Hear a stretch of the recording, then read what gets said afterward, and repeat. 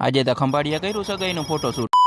જય દ્વારકાધીશ મિત્રો, આજ તો સવારમાં ઉઠીને બહાર જોયું તો મમ્મી રાધાકૃષ્ણનો શિંગાર કરતા હતા અને મારે તો આજ શૂટિંગમાં જવાનું એટલે તૈયાર થઈને ટપકા લીધી ગ્રીન ટી, કેમેરાનું બેગ લઈને હું નીકળી ગયો ગામમાં। અમારે પાટિયા ગામના રસ્તા આવ્યા હે ને રસ્તામાં ખાડા નહીં પણ ખાડામાં જ રસ્તા હે અને પછી પાર્ટીના ઘરેથી એના ભેગો જ ગાડીમાં હું નીકળી ગયો તો આજે ખંભાળિયા શૂટ કરવાનું છે। સતવારા સમાજવાડીએ પહોંચી ગયા હે ને સગાઈની વિધિ થઈ ગઈ છે ચાલુ। હું કેમેરો લઈને ઉભો તો ને આ ભાઈ ફોનમાં ફોટા પાડતા હતા।